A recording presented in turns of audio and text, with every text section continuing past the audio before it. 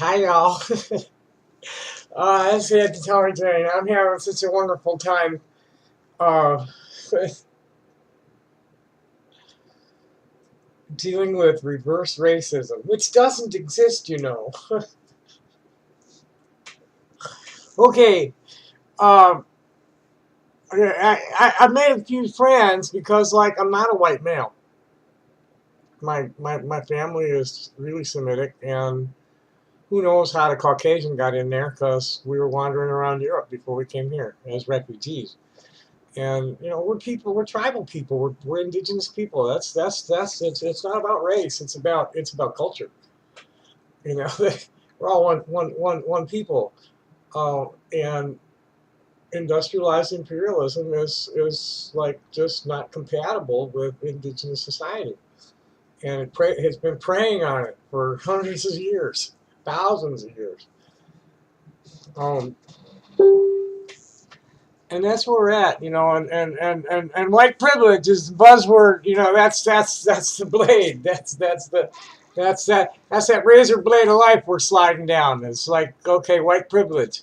What is that? No, it's imperialist privilege over indigenous people's freedom of choice and access to the world's free resources, which don't belong to anybody but the world. So here's uh, I've been just posting some memes about white privilege, and I ran into this article on Pinterest. Um, exactly how privileged are you to be white and male in our society?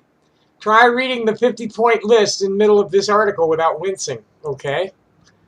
That's a challenge. Especially do it out loud right in front of the camera where everybody can see it.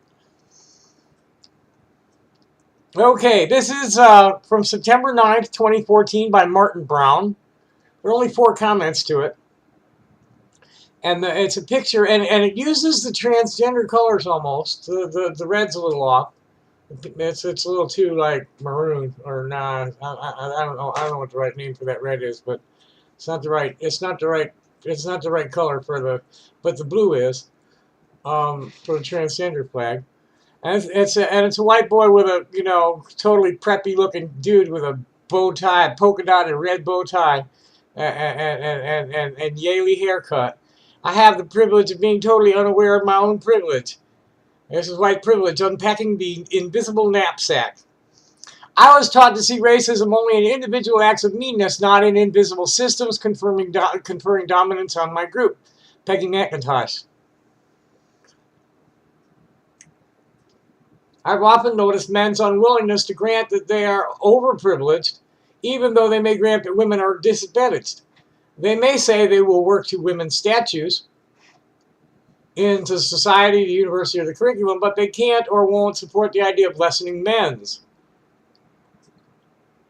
Denials that amount to taboos surround the subject of advantages that men gain from women's disadvantages. These denials protect male privilege from being fully acknowledged, lessened, or ended. Where's the list?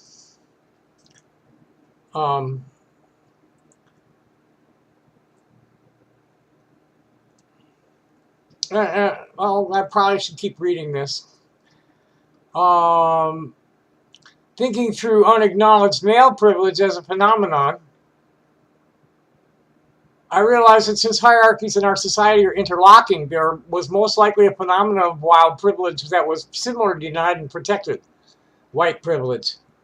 As a white person, I realized I had been taught about racism as something that puts others at a disadvantage, but had not been taught to see one of its corollary aspects, white privilege, would push me at an advantage.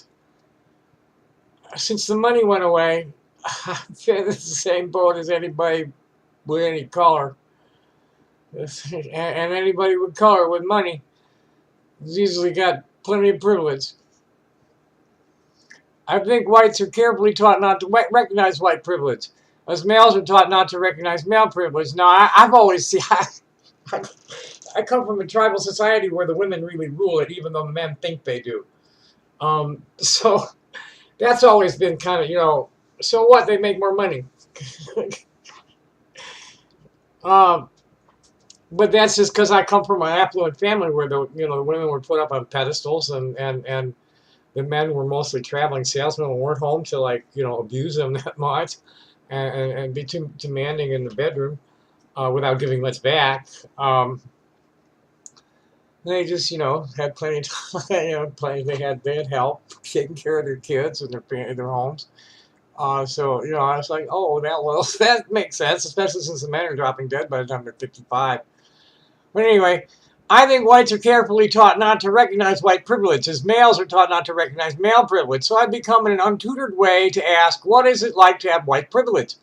I've come to see white privilege as an invisible package of unearned assets that I can count on cashing on each day, but about which I was meant to remain oblivious. White privilege is like an invisible, weightless knapsack of special provisions, maps, passports, code books, visas, clothes, tools, and blank checks. And the blank checks, it's listed here: race, ethnicity, gender, age, physical abilities, socioeconomic status, religion, sexual orientation, language, learning abilities, and styles, other. I play a mean saxophone. Describing white privilege makes one newly accountable. As we in women's studies work to reveal male privilege and ask men to give up some of their power, so one who writes about having white privilege must ask, having described it, what will I do to lessen or end it? After I realized the extent to which men work from the base of undeniable privilege, this is just like feminist stuff. Where's the list? Okay, I'm sorry.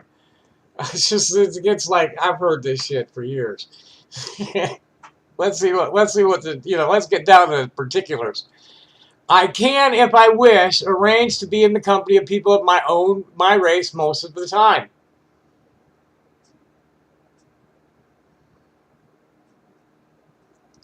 The thought doesn't even cross my mind. It never did. I grew up in the melting pot. There's like people of all races all around me all the time, and I'm interested in learning about what they're about. Call it reverse racism.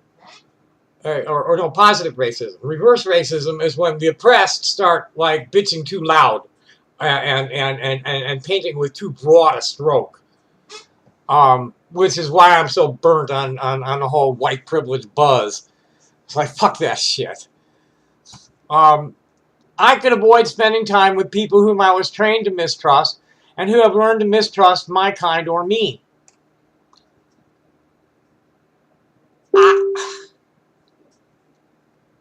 I train myself to avoid people that make me feel uncomfortable. And it comes down, and it has nothing to do with race. It's more like attitude.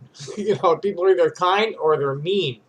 Because I'm that dead blunt blind kid. I can't see you, I feel you. You either get that or you don't.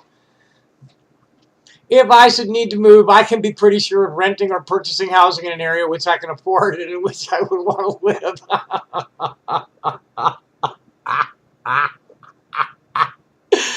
Oh boy. Yeah, I say whatever doesn't kill you makes you stronger and makes for a great story later. I've had to move a bunch of times. There's sometimes I've had less than 20 minutes of warning.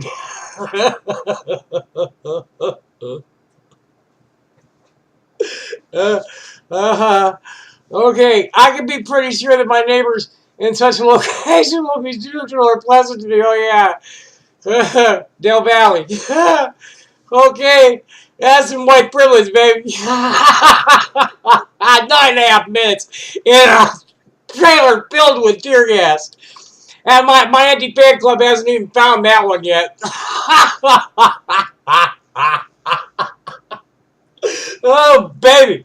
Okay, number 4. I could be pretty sure. Oh, no, I just read that one. Number 5, I can go shopping alone most of the time, pretty well assured that I will not be followed or harassed. Or picked up by the police for no good reason.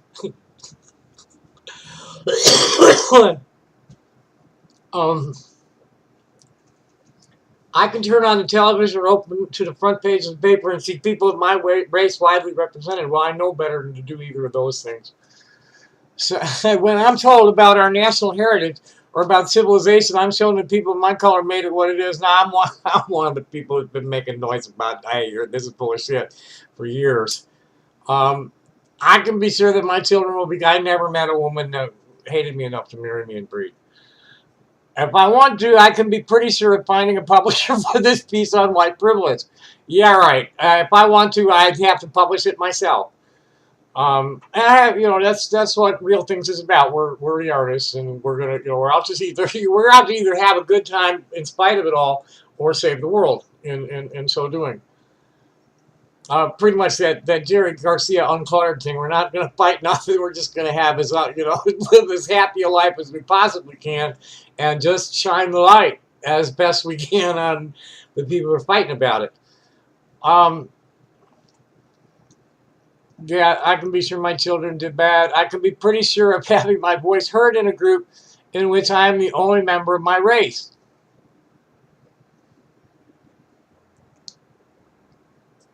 God, most groups don't let me speak. A lot of individuals don't let me speak. That's okay. I can be casual about whether or not to listen to another person's voice in a group in which she is the only member of the race. This is a stupid question. I can go into a music shop and count on finding music my race represented. This is stupid. This is stupid. I'm supposed to wince at any of this shit?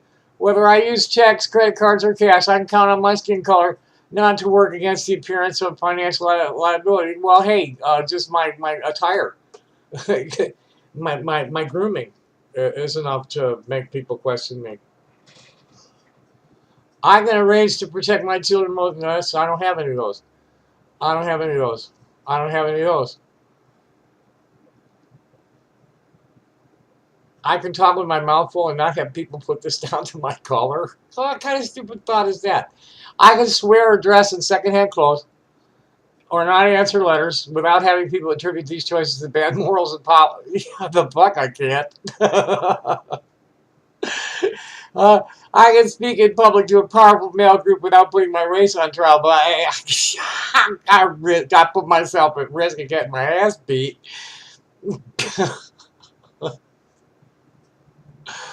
Oh, did I mention I'm a member of a minority? Two. Transgender Jew. Yeehaw. I could do well in a challenging situation without being called a credit to my race. I don't get that one. I've never asked to speak for all the people of my racial group. No, yeah, well. I'm usually asked to shut the fuck up. I can remain oblivious. It's like John Trudell. It's this coherent moment. Yeah, you see it in Swami X too. Swami get on a roll and then just have this lucid moment of something, a new thought in with his canned rap. All of a sudden, wham! Oh boy, at Trudell too. You have these coherent moments, but what was he telling us? Like, your most coherent moments come when you're with the crowd and you all get coherent at the same time. Talking into the camera, reading shit like this is having a hard time staying coherent. I criticize our government, talk about how much I fear its policies and behavior without being seen as a cultural outsider. No.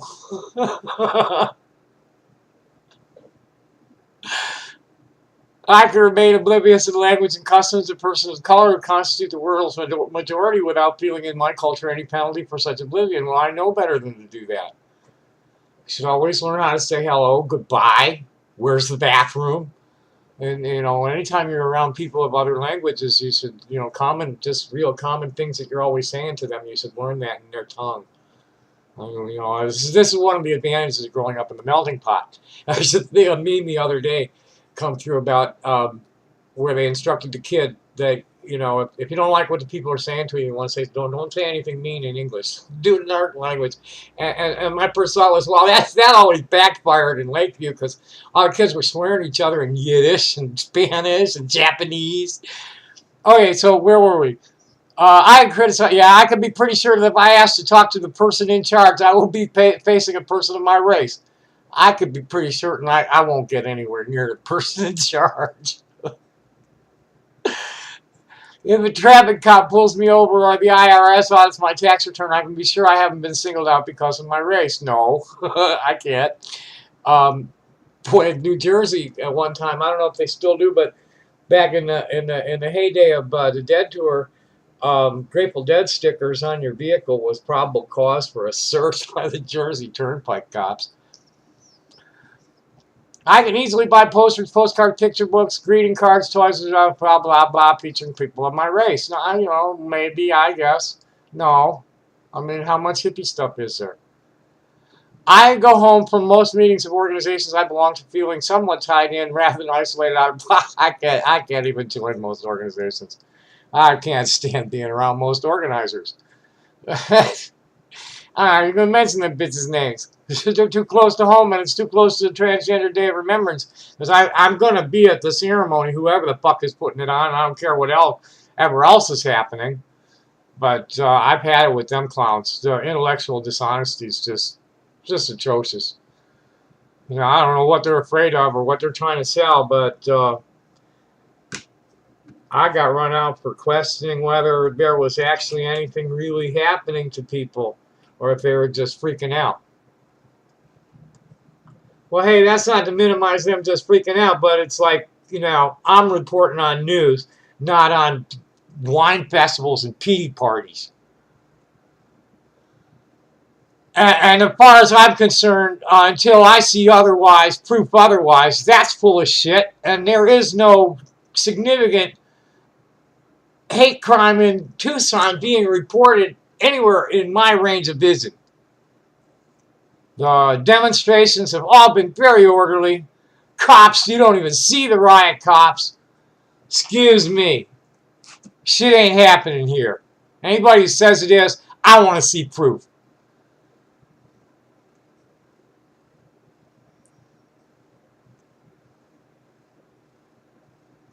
This is something that doesn't apply to me either. This is rat race shit.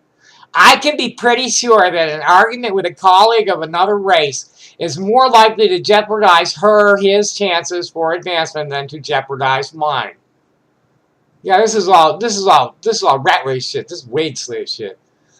Yeah, okay, sure. Well, the empire is rigged for white people. So what? That's empire. People who are kind and considerate to each other and still have some connection to spirit don't see things that way. This is all stupid shit. This is all rat race shit. My culture gives me little fear about ignoring the perspectives and power of people of other races. No, it didn't. Our rabbis were like big on the interfaith thing, celebrate diversity. It's embrace otherness with love and acceptance and not recoil in fear and loathing. That's my religion. That's the Hebrew faith as taught to me by Louis Binstock and Associates. I am not made acutely aware that my shape, bearing, or body odor will be taken as a reflection of my race. The fuck I'm not. There's people that make a lot of assumptions about my body odor based on the way I write, and without ever even seeing pictures.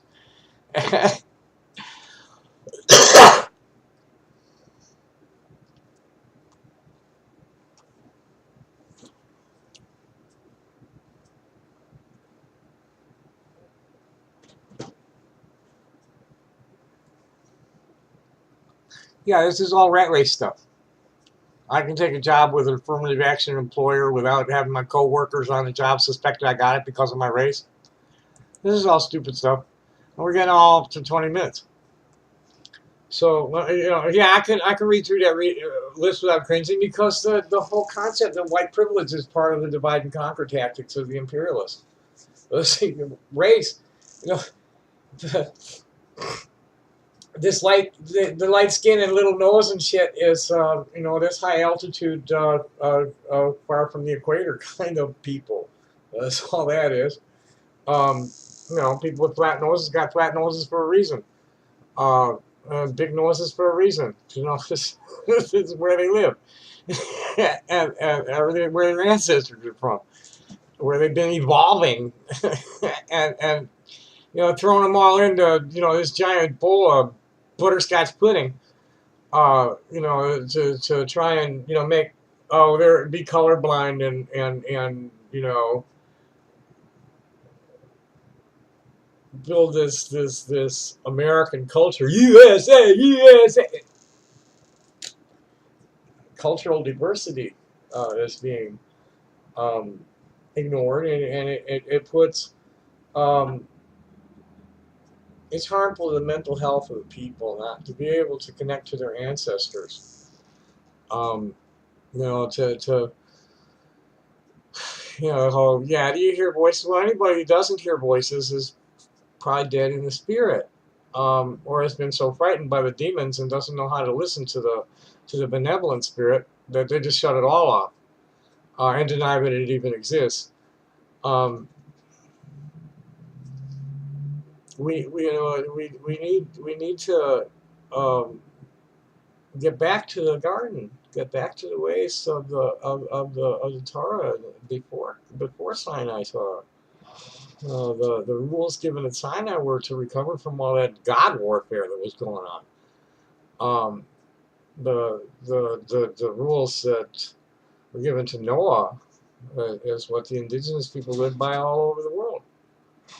Um, and I guess on that note, you know, hi everybody.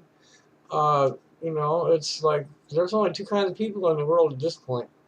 There's the people that see and know and hear the voice of the master on the wind that is saying, hey, um, you gotta love it all or not at all. And people are either doing it to the best of their human ability, or they're not. And pity fools that aren't. Happy day. Thanks for watching. Bye.